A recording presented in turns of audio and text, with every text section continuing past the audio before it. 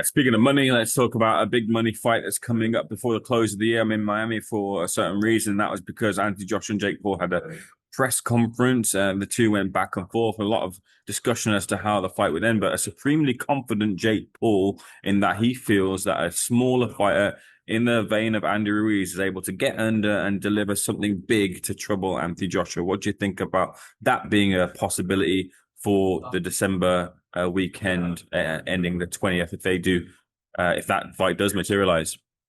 He's got two chances of winning that fight: slim hope and no hope. He, you know, he's obviously very delusional, and he's a legend in his own mind. You know, Anthony Joshua. When you look at his pedigree, he's a former Olympian, right? He's a two-time world heavyweight champion. That pedigree against an opponent like a Jake Paul stands out. Jake Paul is in danger, serious danger. I know you've heard it all before, but I could just reiterate what everybody else is saying. He's in serious danger of being seriously hurt. Some boxers need protecting from themselves, right? Real boxers need protecting from themselves. Jake Paul is an influencer and a YouTube boxer that's coming to the sport of boxing. He's beaten Yuri Fury, if that's his claim to fame, who isn't a world-class fighter. Tommy Fury. Sorry, Tommy Fury. They fought. Tommy Fury beat Jake Paul. Didn't I thought he lost to him. All right, let's say all right, but that's his claim. That's his claim to fame. Now, it doesn't matter how bad AJ is right now. The fact remains is he's too good for that boy, and that boy will get seriously hurt, I'm sure. We're not talking about AJ fighting Alexander Usyk, where again he steps out of his lane and he gets found out. We're not talking about that. Now, when you lose in a world title fight, your promoter says to himself, how am I going to bring my boy back? I'm going to get him a couple of easy ones, a couple of guys to roll over, get his confidence back, and bang, away we go. So enter Jake Paul, the soft touch. He's going to come into it. Anthony Joshua should knock him out inside about 3 or 4 rounds. It won't go 1 round because Joshua's got to warm up first and then warm up on his head and batter him with his jab, and then he'll pick him out with the right hand. And we just have to hope that boy's okay once he's been knocked clean out. So, sorry, Duke. No, I'm sure that's what's going to happen. Is it a disappointment? Is it an issue if Anthony Joshua doesn't do that? If he goes the distance with Jake Paul, what is said if that happens? Yeah, I mean, listen, people are going to say if Joshua takes him to 8 rounds, that the fight's fixed, and you're going to have all kinds of slander, said about Joshua. I'd be highly surprised if it went 8 rounds, but I expect it to go at least a couple, at least 2 or 3 rounds before Jake Paul gets wiped out. But you see, Joshua's as far as I can see, he's in a win-win situation because he never called this fight on. Jake Paul called it on. And this must be the richest 8-round fight in the history of the sport of boxing. It's 8 rounds, right? It's going to be the richest 8-round fight in the history of the sport of boxing. They're talking about these guys cutting up 70 million a piece. Now, I didn't even know that sort of money existed in 8-round fights, but clearly we're talking about AJ, who is a brand. Jake Paul is an extremely popular young man, and he brings a lot of ice to the sport of boxing. So I hope all of these fans do tune in. I hope they do watch the fight when and if it does happen. And I hope Anthony Joshua knocks him clean out on a personal level. I hope Joshua does a number on him sooner rather than later. When you step out of your lane, it's dangerous because it's called car crash. And this has got car crash written all over it. You are on a zone in it. You said Jake Paul has a slim and none chance. Slim and none. What's the slim chance? Oh, that he can actually make it into the ring. Yeah, before the fight gets postponed or cancelled because he's broke a fingernail or he stubbed a toe or he cut himself shaving or some rubbish that they might come up with. There's his slim chance. The magnitude of this fight won't hit him until fight day. And if you see the way he looked at Anthony Joshua when they went head to head, he only measured up to Anthony Joshua's chest. Anthony Joshua's confidence has already started to rise because he knows he's only got a little guy in front of him. And Joshua said to himself, he's looking down on the guy. He's going, you know what? I'm going to batter you.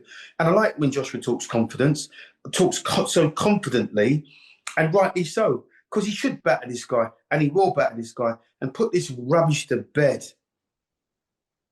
What about the move AJ has made to leave Ben Davison, and he spent a number of months, I think it is now, in Spain training with Alexander Usyk's team after, of course, the defeats of Alexander Usyk and Daniel Dubois. He's now chosen to go that route. He's always been someone who's sought the advice of different coaches, different trainers. Most famously, before he went to fight Alexander Usyk, spoke to Clifton Mitchell as he approached the ring.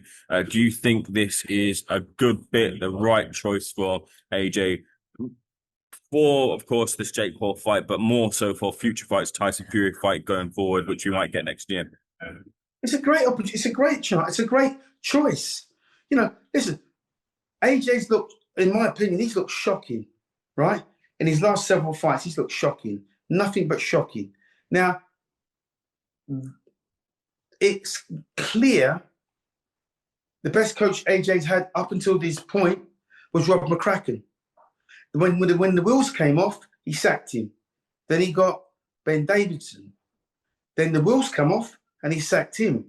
However, going to Alexander Usyk's coach is a good move because they know how to train a world-class heavyweight. I'm not saying Ben Davidson doesn't, but clearly Ben Davidson and AJ didn't click. It just didn't work for them. It hasn't worked for them. So at this stage in Anthony Joshua's career, he's looking to reinvent himself. He needs that new lease of life. So why not? I mean, if you look at what these guys have done with Alexander Usyk, the way that he boxes, so sublimely, so effortlessly, doesn't box like a heavyweight at all, boxes like a ballerina. His moves are great, right? If they can implement some of those moves into AJ's style, because AJ's quite wooden, very, very robotic, very, very big, very upright, easy target to hit. If they can get AJ moving from the waist, hips, and shoulders, and using his jab like he's supposed to before he delivers the right hand, I mean, could you imagine if AJ goes out there in a few weeks' time and blows out Jake Paul in the first round, and he looks great doing it? Then everyone's going to be saying it's the second coming, right? So AJ will be in a good place. So I don't think it's a bad fit. I think it's a good fit. The proof will be in the pudding, obviously, when he fights, because we want to see a marked improvement. But obviously these guys, you see, the problem's never been physical with AJ. The problem's always been psychological.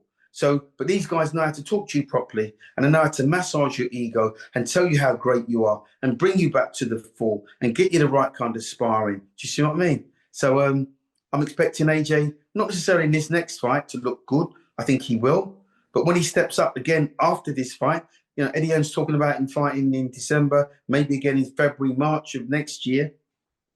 Because obviously these are a couple of marking time fights. Let the dust settle between Usyk. Usyk's would have been stripped of one of the belts. One of the other belts may get vacated. And then AJ's back in the frame fighting for a vacant title. And then we're looking at possibly, potentially, a 3-time heavyweight world champion.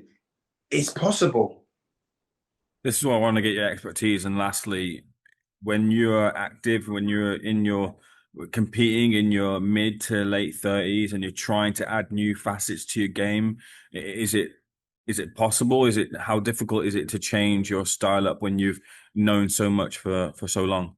Yeah, I mean, it's the hardest thing in the world. And I'm not saying AJ can change, so dramatically that he's going to, smash everybody and go on a run of maybe like winning another 10 fights or whatever it is. I don't think that's the case. I think AJ and the Usyk team, it will be a short-lived relationship, whether it be for 6 months or a year or 18 months. I don't think AJ wants to be fighting for any more than that. But, it could have that, like I say, that effect on him where he gets a new coach. I mean, when you look at Alexander Usyk and you look at some of the moves that he does, AJ's only got to add a few new moves to his game and get his jab working. Then we're looking at a completely different fighter because we haven't seen that from AJ for quite some time. So if this coach can get him fighting like how he used to fight, It's there. It just needs to be unlocked. And this could be the coach to unlock that key, unlock that treasure chest of AJ's and bring out all this artillery that he's got, which he hasn't been using clearly. And this could be the happy days and the old days of AJ again. Looking forward to seeing what happens with that training materialize in the fights moving forward. Duke, a pleasure speaking to you. Thanks for speaking to Seconds Out, and look forward to our next conversation already. Always a pleasure, man. God bless, mate. See you soon, champ. See you soon.